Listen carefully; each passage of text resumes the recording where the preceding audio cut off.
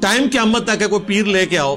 ایک وہ پیر تھا پیر نصیر الدین صاحب، جن کو آخری وقت میں سمجھ آئی، ان کو کوئی مرید ہونے جاتا تھا تو وہ کہتے تھے بھئی اللہ سے مانگنا ہے، میں کسی کے لیے کچھ نہیں کر سکتا، مجھے بھی دعاؤں کی ضرورت ہے. ٹھیک ہے، لیکن انہی کے بیٹوں نے انہی کے نام کے اوپر جس قسم کا شرک کھڑا کیا ہے وہ آپ لوگوں کے سامنے ہے.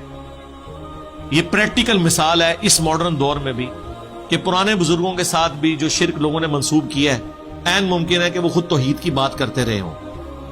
ویسے ہمارے نزدیک تو میجارٹی ان میں سے خود بھی یہی کچھ تھے، اللہ ماشاء اللہ. یہ بھی پیر نصیر الدین صاحب کو تو اب سمجھ آئی نا. پیر نصیر الدین صاحب خود جن کی اولادیں ہیں ان کی تو ساری تعلیمات شرکی ہیں.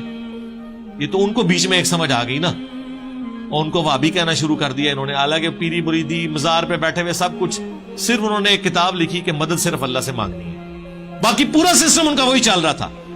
ایک بات ہضم نہیں ہوئی ہے، کتابیں ان کے خلاف آئی ہیں کہ یہ کیکر کا درخت ہے جو ہمارے اہل سنت کے ہاں نکلا ہے، جس کو کوئی پھل نہیں لگتا، اور کیا کیا نام ان کے رکھے.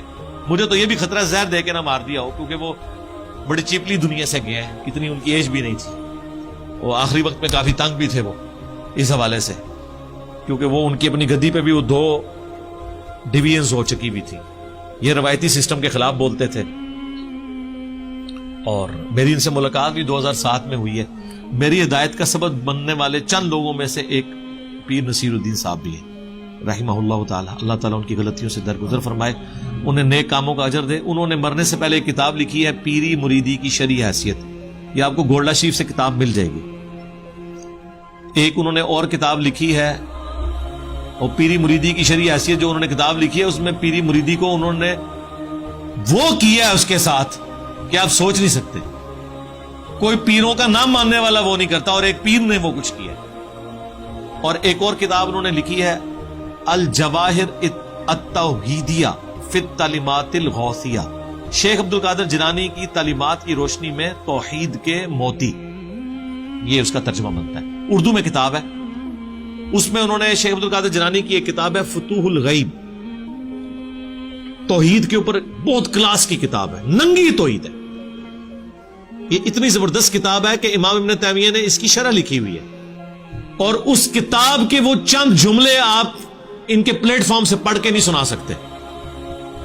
ایسی ننگی توحید بیان ہوئی ہوئی ہے، تلوار کی طرح ننگی. یہ ننگی سے مراد بندہ نہ ننگا سمجھو، ننگی کا لفظ جب ہم یوز کرتے ہیں مراد تلوار، جیسے ننگی تلوار لشکدی ہوئی ہوتی ہے نا، تو کسی کو وہم بھی نہیں آتا کہ یہ تلوار ہے، یہ کوئی اور چیز ہے. تو وہ کتاب آپ پڑھیں، وہ میں نے کتاب پڑھی تھی. ایک اور ان کی کتاب ہے استعانت، اعانت اور استعانت کی شرعی حیثیت، جس میں انہوں نے جو لوگ جا کے قبروں سے مرے ہوئے بزرگوں کو پکارتے ہیں، انبیاء کو، اولیاء اللہ کو پکارتے ہیں، ان کے اس عمل کو شرک ثابت کیا ہے.